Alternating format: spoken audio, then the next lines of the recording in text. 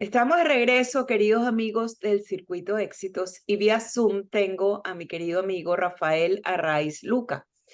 Rafael ha presentado ya en varias oportunidades el libro Caracas, Historia de una ciudad, desde Sí. 1567 hasta el presente, o sea, desde su fundación.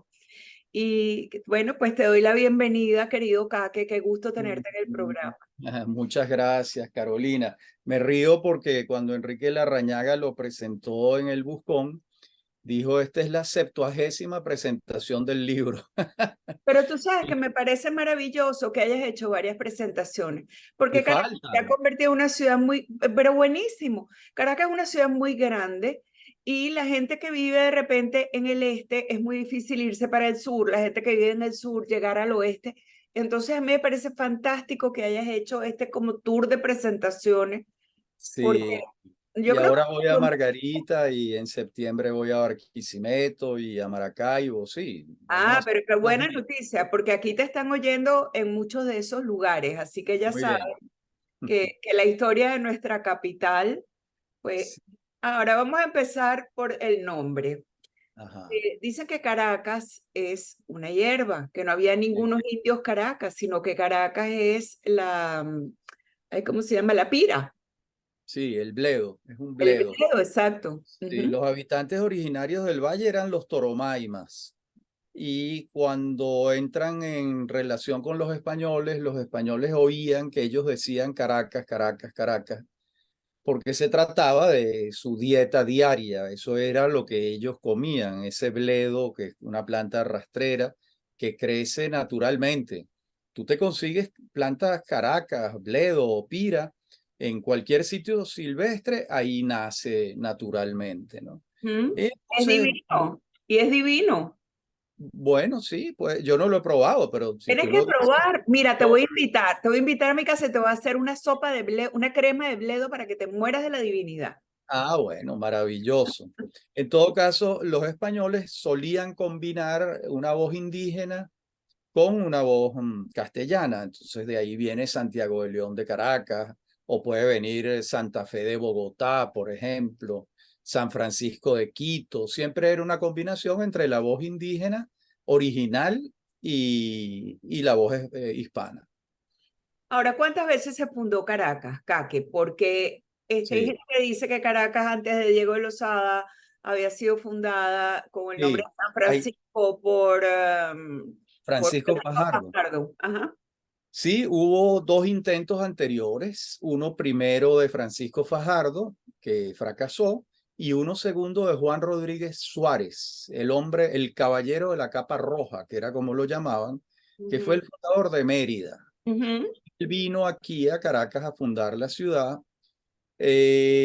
encuentra mucha resistencia indígena, sale a batallar contra Guacaipuro cerca de Los Teques y lo matan. Entonces, los españoles se dan cuenta que este valle está muy bien resguardado por sus habitantes originarios, que son los Toromaima. Y se arma una expedición importante en Barquisimeto, la organiza el alcalde de Barquisimeto, que es Diego de Lozada. Y ahí viene también Damián del Barrio, que fue también alcalde de Barquisimeto. Entonces, se reúnen tocuyanos y barquisimetanos, son 136 según el hermano Nectario María, Ujú. y vienen a conquistar la ciudad, el valle, porque no hay una ciudad, por supuesto. Recordemos que nuestros pobladores originarios no llegaron a construir ciudades. No. Vivían en cuevas, tenían algunas viviendas, por supuesto que sí, construían casas bastante bien hechas con los elementos de la naturaleza, pero no construyeron urbes, como si fue el caso de los aztecas, de los mayas y de los incas. ¿Y tú crees que eso tenga que ver con la forma como somos hoy en día? Bueno, lo que pasa es que la sangre indígena en la combinatoria social venezolana es muy poca. Apenas el 2% de la población venezolana actual es indígena. Por supuesto, hay sangre indígena bastante mezclada con la sangre europea y africana, ¿no? Hay regiones bastante precisadas por los genealogistas. Los Andes es una región con mucha sangre indígena. todo andino que se haga una prueba de Pero los ADN. andinos de los Andes son distintos porque son timotocuicas y eso sí Claro, tienen otro tipo de construcción. Pero te voy a interrumpir porque sí, vamos a oír música y ya regresamos contigo. ¿cómo Ya no? venimos con Rafaela Raiz Luca. Continuamos, amigos del Circuito de Éxitos. Estamos conversando con Rafaela Raiz Luca, autor del libro Caracas, Historia de una ciudad desde 1567, año de su fundación, hasta el presente. Te había dejado la pregunta de si éramos así por esta sangre indígena, pero es cierto lo que tú dices, tenemos muy poco porcentaje de sangre indígena, quizá quienes tienen más son los andinos, y los andinos, pero se comportan más como los timotocuicas, pues te lo digo yo que soy 3/4 partes gocha del Táchira. Sí, sí, hay otra zona donde sí hay también mucha sangre indígena, que es Anzoátegui, que Ujú. es fue el territorio natural de los Cariña, de los Caribe. En Margarita también hay mucha sangre indígena, en Cumaná también. Pero cuando tú haces la fotografía étnica venezolana 300 años después, en 1810, 1811, cuando se funda la República, pues la mayoría, digamos que es sangre africana, por supuesto, mezclada con europea y con indígena. Ese proceso de mestizaje que a mi juicio fue una bendición histórica para Venezuela, en Por muchísimos supuesto, sentidos. pero por supuesto, es que el mestizaje es lo que te mejora las razas. Claro, Cuando empiezan la gente a mezclarse entre ellos, en inglés se llama inbreeding, no me viene la palabra en español, es cuando imbricarse, imbricarse, imbricarse, exacto, imbricarse. empiezan las taras. Sí, claro, por supuesto, es así, es así. Y en los pueblos aislados lo ves claramente. En la Claro. colonia Escobar, una cantidad de taras eh, por el aislamiento al que se vieron sometidos y así hay muchísimos endogamia, es lo que estoy pensando. ah, ya, ya. Ajá, pero fíjate una cosa, Kake, en esto del libro, yo me imagino que tú te habrás paseado por tantas cosas, porque yo una vez hice el Camino de los Españoles Mm, y ver Caracas desde ese ángulo. Yo me imagino la fascinación que han tenido que sentir los primeros conquistadores que llegaron de ver aquella belleza de montaña con aquel cielo, con aquel clima. sí. Es que Lo que pasa, pero Lozada no entró por ahí. Lozada entró por Antímano, por Ah, Caricuao, ok. Ah, qué bueno que me lo cuentas. porque él venía por los valles de Aragua, Barquisimeto, los valles de Aragua, y entró por allá.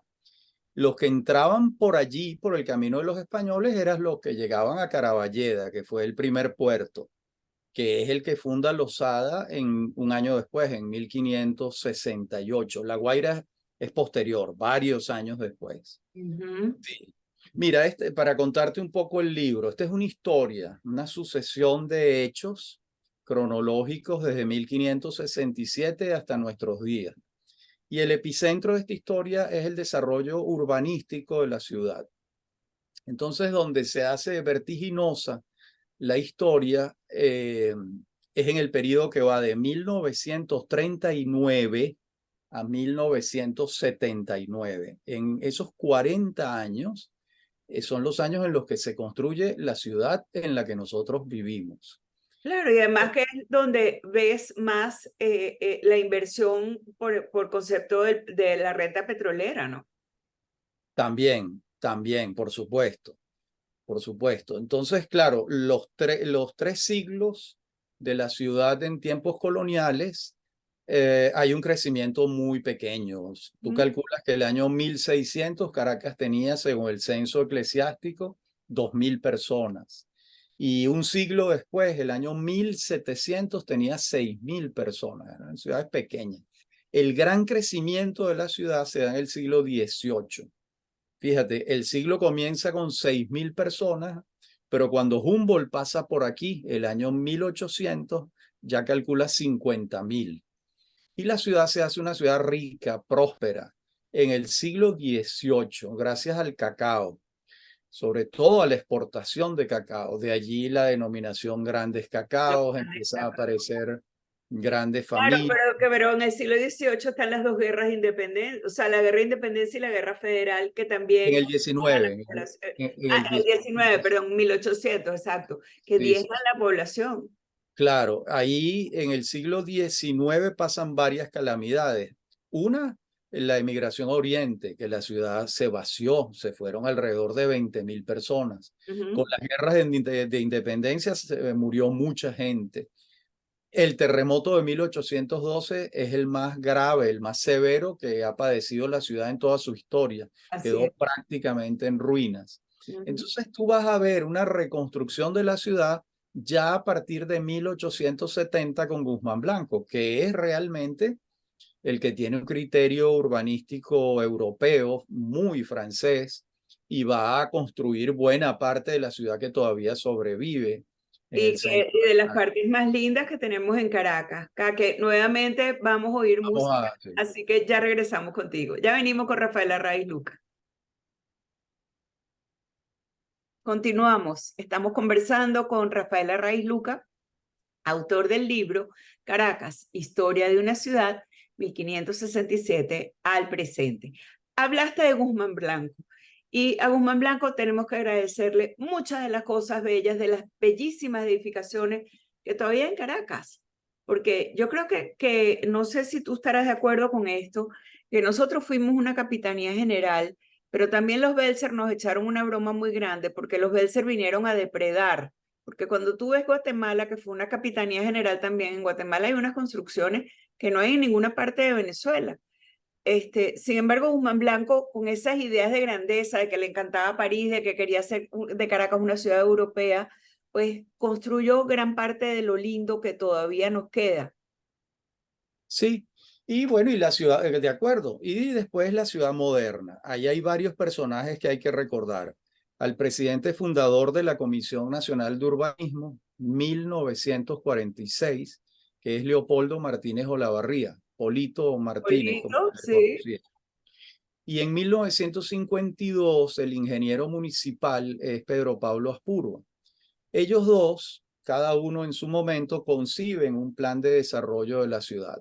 Martínez Olavarría es quizás el más importante porque él está en la Comisión Nacional de Urbanismo del 46 y va a tener funciones públicas diversas, siempre vinculadas con la ciudad, hasta el gobierno de Leoni. O Pero sea, es que, pasó claro, Polito muchísimos estaba en años. el Sendes, o sea, Polito era un personaje Y querido, brillante. ellos son los que conciben el desarrollo de la ciudad, que no se hizo plenamente. Martínez Olavarría está cuando se desarrolla el plan Rotival, que es del Eso año te iba a 30. preguntar por el plan Rotival, porque Rotival tenía una concepción de Caracas bien importante, pero no se llevó a cabo. Se llevó a cabo muy poco. La Avenida Bolívar forma parte del plan Rotival y la urbanización San Bernardino la diseñó Rotival. Y es una urbanización francesa con redomas y calles, el sistema radial que es muy distinto al sistema reticular o de cuadrículas o manzanas, digamos así. Y bueno, otra cosa que en la investigación se me va haciendo muy evidente es que las avenidas de la ciudad se construyeron en la década militar. Entre Delgado Chalbó y Pérez Jiménez construyeron casi todas las avenidas de la ciudad. Me refiero a la Avenida Bolívar, Francisco de Miranda, Urdaneta, Andrés Bello, Fuerzas Armadas, Nueva Granada, Victoria, Sucre, San Martín. Ujú. Y Pérez Jiménez comienza la autopista del Este de Puente Moedano hasta la California. Ahora, en los 4 primeros periodos de la democracia, Betancur, León y Caldera y Pérez, se construye todo el sistema vial de autopistas de la ciudad. Betancur construye el distribuidor El Pulpo, continúa la autopista, inicia el distribuidor La Araña, lo termina Leoni. Leoni construye propiamente la autopista Francisco Fajardo, porque él construye la autopista de Puente Moedano, que hoy en día es Parque Central, hasta Ujú. Caricuao. Y además, Leoni es el constructor de la urbanización Caricuao, que es la urbanización popular más grande que se ha construido en toda la historia del país. Después, por ejemplo, Leoni comienza la Cota 1000, la termina Caldera. Y Caldera es construye también, ¿no? el Cien Pies, lo construye Caldera.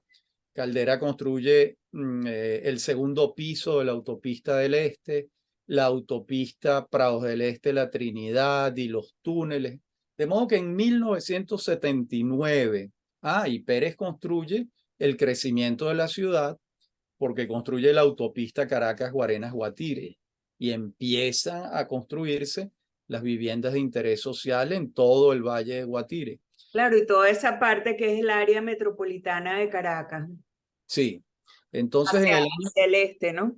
hacia el este. En el año 79 tú tienes que ya se ha construido la Caracas superficial, toda la vialidad y las urbanizaciones que son en un 90 y tantos % obra de la empresa privada, ¿no? Ahí hay varios personajes muy importantes: Luis Roche, Juan Bernardo Arismendi, Gustavo San Román, Inocente Palacio, Julio Sosa Rodríguez, Irving Perret Gentil. Son muchos los urbanizadores de la ciudad. Bueno, Y yo cuando creo que lo que tenemos que hacer, Kake, es todos leer el libro que pinta maravilloso. No lo he visto todavía, pero bueno, te estoy entrevistando porque yo sé que si lo hiciste tú es una maravilla. Te agradezco, se nos acabó el tiempo muchas gracias. desgraciadamente y te agradezco de verdad que nos Ay, hayas... qué lástima. Sí, qué lástima, pero no, lo que podemos hacer es otro día seguimos hablando. Sí, Te mando un muy abrazo. bien. Gracias, muchas gracias. Hasta Despedimos luego. a Rafaela Raiz Luca, vamos a oír música y ya venimos.